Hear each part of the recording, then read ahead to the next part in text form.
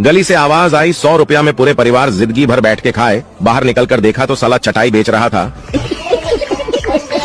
दोगलापन तो देखो, cream powder के ऐड में लड़कियों को लेते हैं, लड़कों को सिर्फ बवासीर, दांत, खाज, खुजली वाले ऐड में ही लेते हैं। आज नहाते समय गलती से अपने ऊपर ठंडा पानी डाल लिया था। वो तो अच्छा हुआ दरवाजा बंद था, आत्मा छत से टकराकर वापस आ गई।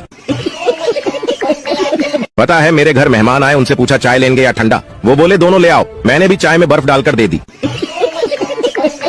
आदमी बोला, सर मेरी पत्नी लापता है। डाकिया बोला, ये डाकघर है, पुलिस थाना नहीं।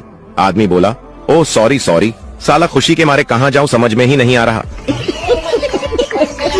आज 2 घंटे भैंस को नदी के पानी में नहलाया, फिर जाकर कीचड़ में लौट गई।